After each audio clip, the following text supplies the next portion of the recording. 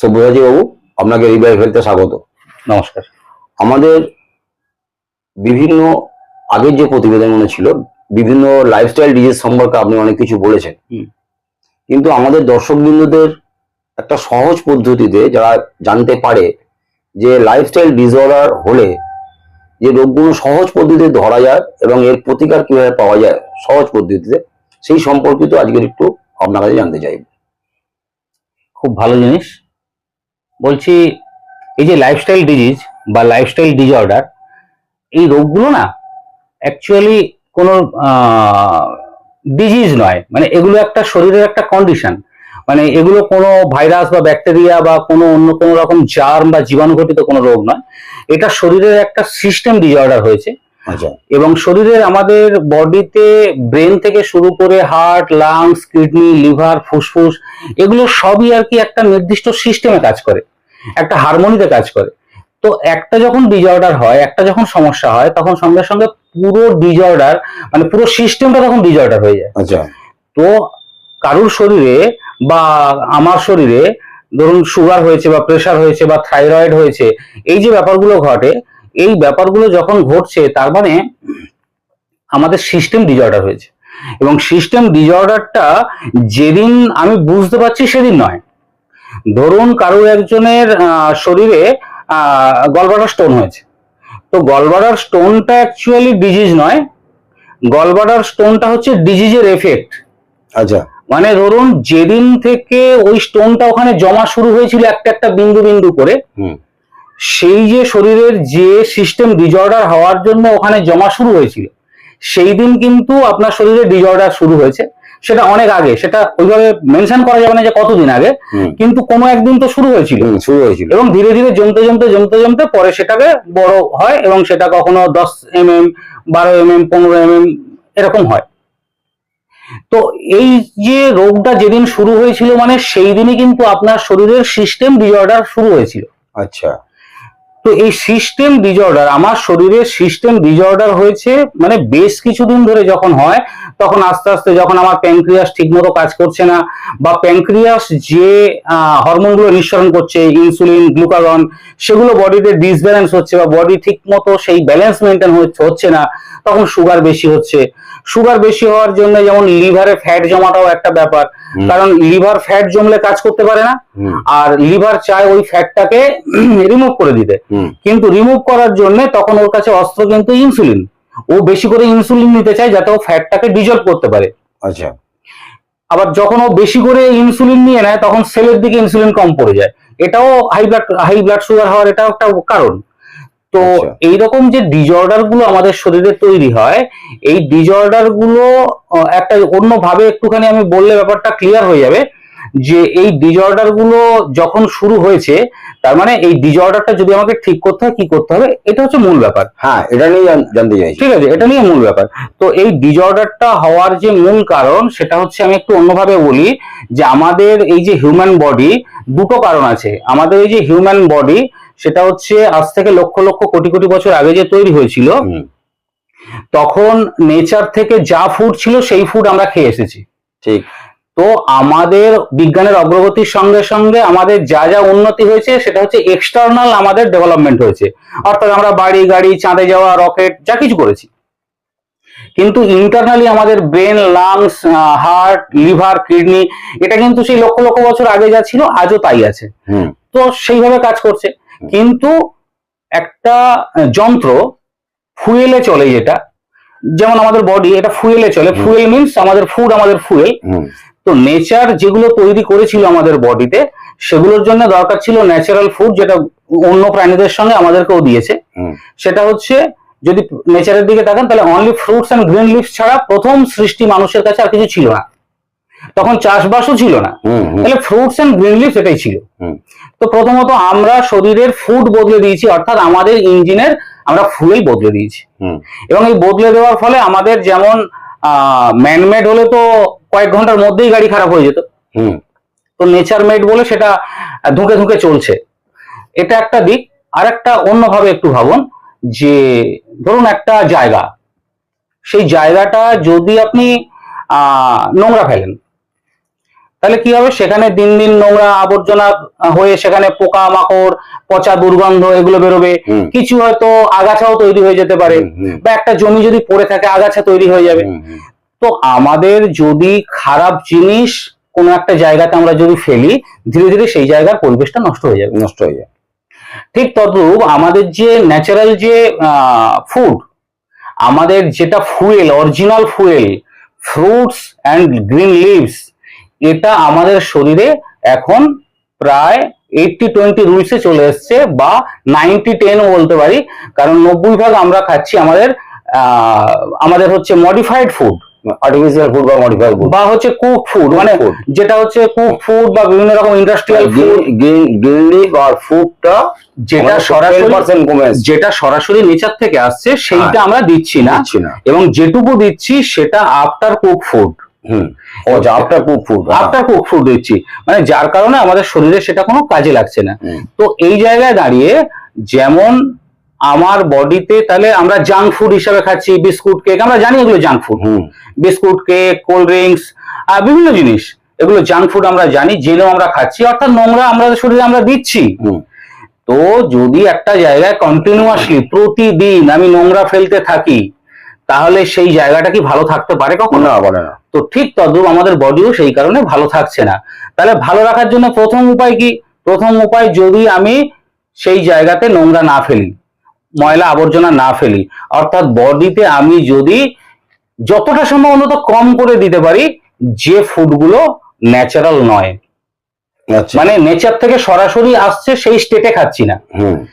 তো এটা যদি আমরা করে দিতে পারি, তাহলে প্রকৃতির নিয়মে যদি কোনো একটা জায়গায় প্রচুর ময়লা পড়ে আছে, কিন্তু যদি দেখা যায় বেশ কয়েক বছর যদি সেখানে কোনো আবর্জনা না ফেলা হয়, তাহলেও দেখা যায় প্রকৃতি বেশ খানিকটা অ্যাবজর্ব করে নেয়। আর এখানে বডিতে নিজস্ব যে ডিটক্স সিস্টেম আছে, অর্থাৎ এক্সক্রিয়েশন সিস্টেম, মানে বডিতে অ্যাকচুয়ালি টক্সিন যেটা বলা হয় কি, বডি থেকে যে রেশন পদার্থগুলো বেরিয়ে যাওয়া উচিত, বেরিয়ে না গিয়ে বডিতে রয়ে যাচ্ছে, সেটাই টক্সিন। সেগুলো পরবর্তীকালে যে বিষক্রিয়া টাইপের একটা করে বলে সেটাকে টক্সিন বলা হচ্ছে, বিষের মতো কাজ করে। তো এই টক্সিন আমাদের শরীর থেকে বের করার সিস্টেম রয়েছে। সুতরাং যদি আমার ইনপুট, যেখান থেকে আমার টক্সিন তৈরি হওয়ার চান্স বেশি, বা যেখান থেকে আমার যে শরীরে অপ্রয়োজনীয় যে পদার্থগুলো, যেগুলো রেচন বেশিরভাগ হয়ে যাওয়ার কথা, সেগুলো যদি আমার কমে যায়, তাহলে অটোমেটিক্যালি আমার শরীর পরিষ্কার হতে থাকবে এবং আমার ওয়েদার ঠিক হতে থাকবে। আর একটা জিনিস, এবার জমিটাকে যদি আপনি চান যে এই জমিটাতে আমি ভালো ফসল চাই, মানে জমি মানে শরীরটা বলছি, মানে বাস্তবে জমি দিয়ে আমি একটা উদাহরণ দিচ্ছি। আচ্ছা। যেমন আপনি যদি সারাদিন শুয়ে বসে থাকেন, আপনি হেলদি ফুড খাচ্ছেন, কিন্তু সারাদিন কোনো কাজ করছেন না, কোনো অ্যাক্টিভিটিস নেই, তাহলেও আপনার শরীর কিন্তু ডিস্টার্ব করবে। আচ্ছা, যেমন একটা জমি যদি ফেলে রাখেন, আগাছা তৈরি হবে, ঠিক তেমন একটা হিউম্যান বডিকেও যদি আপনি ফেলে রাখেন, ওই জন্য দেখবেন সমস্ত সৃষ্টির নেচারের সমস্ত প্রাণীর মধ্যে একটা অ্যাক্টিভিটি আছে। একটা বাচ্চাও না বুঝে কন্টিনিউয়াসলি অ্যাক্টিভিটিস করছে, তবে কিন্তু তার ডেভেলপমেন্ট হচ্ছে। তো এই ডেভেলপমেন্টের জন্য আমাদের যেটা দরকার সেটা হচ্ছে অ্যাক্টিভিটিস। তাহলে আমার যাতে আগাছা না জন্মায় জমিতে, তার জন্য জমিতে যেমন চাষবাস করা দরকার, আমার সেটাকে চষা দরকার, সেখানে বীজ রোপণ দরকার, এগুলো দরকার, এবং আবর্জনা না ফেললে তবে সেখানে ভালো ফসল ফলবে। ঠিক সেরকম আমাদের এখানেও আমরা যদি আমাদের ওই টক্সিন রূপ বা যেগুলো আমাদের শরীরের অপ্রয়োজনীয়, নোংরা, জাঙ্ক, এই টাইপের খাবার যদি আমরা না খাই, বা একদম মিনিমাইজ করে দিই, আর ম্যাক্সিমাইজ করে দিই হচ্ছে আমাদের ন্যাচারাল ফ্রুটস, ভেজিটেবল, স্যালাড, এবং তার সঙ্গে যদি আমরা গ্রিন লিভস, এটাকে যদি আমরা একটু বেশি পরিমাণে করে দিই, এবং তার সঙ্গে সঙ্গে আমরা যদি আমাদের অ্যাক্টিভিটিসটা একটু বদলাই, সেটা হচ্ছে ওই যে চাষ করার মতো, যদি আমি ফসল পেতে চাই, অর্থাৎ বডি থেকেও যদি আমি কিছু পেতে চাই, যে আমার বডি হেলদি থাকবে, আমি সমস্ত কাজ করার জন্য অ্যাক্টিভ থাকবো, তাহলে আমার কি দরকার? আমার কিছু প্রাণায়াম দরকার, ব্যায়াম দরকার, মেডিটেশন দরকার। এগুলো যদি আমরা করতে পারি, তাহলে আমাদের বডি একদম খুব সুন্দরভাবে চলবে, এবং আমাদের বডিতে কোনো সমস্যাই তৈরি হবে না, এবং যদি সমস্যা থেকে থাকে সেটাও রিকভারি হয়ে যাবে। তো এইভাবে যদি আমরা চলতে পারি, তো আশা করি কোনো রকম সমস্যা হওয়ার জায়গায় নেই। মূল ব্যাপারটা যেটা দাঁড়ালো, সেটা হচ্ছে ডিসঅর্ডার আমরা নিজেরাই তৈরি করি। হ্যাঁ, ডিসঅর্ডার আমরাই তৈরি করি। সেটা হচ্ছে তৈরি হয় খাদ্যাভ্যাসের জন্য। একদম খাদ্যাভ্যাস। আমরা যদি ন্যাচারাল ফুডটা বেশি পরিমাণে খাই, এবং জাঙ্ক ফুডটা যদি আমরা শরীর থেকে আস্তে আস্তে মানে ইনটেকটা বন্ধ করে দিই, ইনটেক বন্ধ করে দিই, অটোমেটিক্যালি শরীরে যেগুলো আছে সেগুলো এক্সক্রিয়েশন পদ্ধতির মাধ্যমে বেরিয়ে যাবে, ফলে ওই জমিটা মানে জমিগুলোর দেহটা আর একটা লাস্ট বলবো সেটা হচ্ছে যে নেচার, আমরা creation of nature, man creation of nature, কিন্তু মানুষ একটা সময় ভুলে যায় যে আমরা ক্রিয়েশন অফ নেচার, মানে নেচার আর মানুষ দুটোকে আলাদা করে দেখে। তো যাই হোক, আমরা ক্রিয়েশন অফ নেচার, এখানে যেটা দরকার সেটা হচ্ছে নেচারের সঙ্গে আমাদের কিছু চলা দরকার, যেমন হচ্ছে আমাদের সূর্যোদয়ের সঙ্গে সঙ্গে ঘুম থেকে ওঠা, এবং সূর্যাস্তের সঙ্গে সঙ্গে আমাদের খাওয়া দাওয়ার যে ব্যাপারটা, যেটা পৃথিবীর প্রায় বেশিরভাগ নিরীহ প্রাণী যারা, তারা খায় না, যারা হিংস্র সাপোত প্রাণী কিছু আছে সেটা আলাদা, এবং তাদের সিস্টেমটাই আলাদা, তারা মানে তাদের সারা জীবনটাই তারা রাতে খায়, দিনে সেইভাবে খায় না, দিনে বেশিরভাগ তারা রেস্ট নেয়, ঘুমায়, ঠিক আছে। তো আমাদের মেন অ্যাক্টিভিটিসটা দিনের মধ্যে বাড়ানো, এবং তার সঙ্গে অক্সিজেন ইনহেলেশন, মানে শরীরের মধ্যে অক্সিজেন বেশি করে নেওয়া, যেটা আমাদের মূল জিনিস, যে অক্সিজেন আমাদের অত্যন্ত প্রয়োজন, জোরে দম, ডিপ ব্রিদিং, এবং তার সঙ্গে হোল্ড, এবং স্লো রিলিজ, এটা দরকার। তার সঙ্গে হচ্ছে আর্থিং দরকার, এবং আর্থিং এখন মানুষ বুঝছে, বিজ্ঞানও বুঝেছে, যে কারণে এখন আপনার অ্যামাজন, ফ্লিপকার্টে দেখবেন আর্থিং কিট পাওয়া যাচ্ছে। মানে আপনার বাড়িতে মাটি নেই, আপনি 3 তলা 4 তলা 5 তলা ফ্ল্যাটে থাকেন, আপনি সেখানে আর্থিং কিট ব্যবহার করে আপনি আপনার শরীরের ব্যালেন্স মেনটেন করতে পারবেন, অর্থাৎ মাটির কানেকশন তৈরি করতে পারবেন ঘরের মধ্যে বসেই। তো আর্থিং, তার সঙ্গে সানলাইট, এই জিনিসগুলো যদি একটু থাকে, তাহলে আমি আমার অভিজ্ঞতায় দেখছি, বা আমি যাদেরকে আমার কাছে অ্যাডভাইস দিই আমি যাদেরকে, এবং অত্যন্ত ভালো আছে, এবং বহু মানুষ সুগার, প্রেসার এসব থেকে মুক্তি পাচ্ছে। এটা একদম বাস্তব সত্য, কারণ এখানে কোনো ম্যাজিক নেই। এখানে যে সুগার সেরে যাচ্ছে, বা প্রেসার সেরে যাচ্ছে, বা থাইরয়েড সেরে যাচ্ছে, এটা কোনো ম্যাজিক নয়, এটা একদম সাইন্টিফিক একটা ওয়ে, যে ওয়ে ডিসঅর্ডারটা অর্ডারে ফিরছে। হ্যাঁ, ব্যাস মূল কথা, ডিসঅর্ডারটা অর্ডারে ফিরছে। মূল জায়গাটা আরেকবার আমি ক্লিয়ার করে দিই, সেটা হচ্ছে যে আমাদের বডি কিন্তু অসুস্থ হয় বলে দুর্বল হয় না, মানে ব্যাপারটা এরকম, মানে রোগ হয়, আমার বলাটা হয়তো ভুল হলো, ব্যাপারটা এরকম, মানে রোগ হয়েছে বলে শরীর দুর্বল হয়েছে, ব্যাপারটা এরকম মোটেই নয়। আচ্ছা, রোগ হয়েছে বলে শরীর দুর্বল হয়েছে, ব্যাপারটা মোটেই এরকম নয়। ব্যাপারটা হচ্ছে শরীর দুর্বল হয়েছে বলেই রোগ হয়েছে, এই জায়গাটাকে যদি হাইলাইট না করা যায়, তাহলে কিন্তু আমরা কোনোদিনই ঠিক ভালোভাবে বাঁচতে পারবো না। যেমন আজকে যদি আপনি যে কোনো ভাইরাসের কথা বলেন, ভাইরাস তো এয়ারে সবসময় ঘুরছে, ব্যাকটেরিয়া এয়ারে সবসময় ঘুরছে, তাহলে একজনের শরীরে গিয়ে এফেক্ট করলো, আর আরো 10 জনের শরীরে ঢুকছে, কিন্তু এফেক্ট করছে না। তাহলে কেন ওর শরীরে এফেক্ট করলো? না, ওর শরীরটা ডিস্টার্বড বলে, ওর শরীরের সিস্টেম গন্ডগোল হয়েছে বলে। ওর এফেক্টটা তাড়াতাড়ি করবে বা বেশি করবে? বেশি করবে না, করবে। হ্যাঁ, ধরুন এত লোকের মধ্যে একজনের টিউবারকুলোসিস হলো, টিবি হলো, বাকিগুলোর হচ্ছে না। তো তার কারণ কি? তার মানে তার শরীরে তার ইমিউনিটি সিস্টেম টিবি জার্মের সঙ্গে, বা যেটা মাইক্রোব্যাকটেরিয়াম টিউবারকুলিনাম বলে, ওই ব্যাকটেরিয়ার সঙ্গে লড়াই করে পেরে ওঠেনি। তার মানে এখানে সমস্যাটা কোথায়? সমস্যাটা ব্যাকটেরিয়াতে নয়, সমস্যাটা ব্যাকটেরিয়া প্রতিরোধক যে ব্যবস্থা আমার বডিতে, সেই সে ইনঅ্যাক্টিভ হয়েছে, বা সে হচ্ছে কাজ করতে পারেনি, সে দুর্বল হয়েছে, এই জন্য ডিজিজটা সবল হয়ে গেল। হ্যাঁ, সেই জন্য দেখুন আজকে করোনার মতো একটা পিরিয়ড আমরা পেরিয়ে এসেছি, বহু মানুষ এফেক্টেড হয়ে যাবে, বহু মানুষ তো এফেক্টেড হয়নি, কিছু হয়নি। তাহলে যার হয়নি, কেন হয়নি? তাহলে যার শরীরের দুর্বলতা আগে তৈরি হয়েছে, তবে ভাইরাস তার উপরে এফেক্ট তৈরি করতে পেরেছে।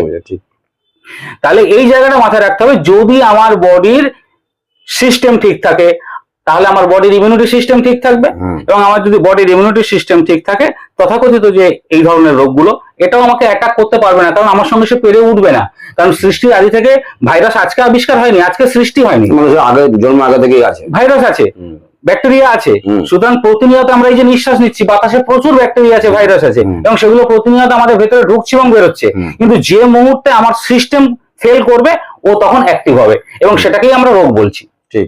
তাহলে আলটিমেটলি রোগের জন্য শরীরের দুর্বলতা নয়, শরীরের দুর্বলতার জন্যই রোগের সৃষ্টি হয়।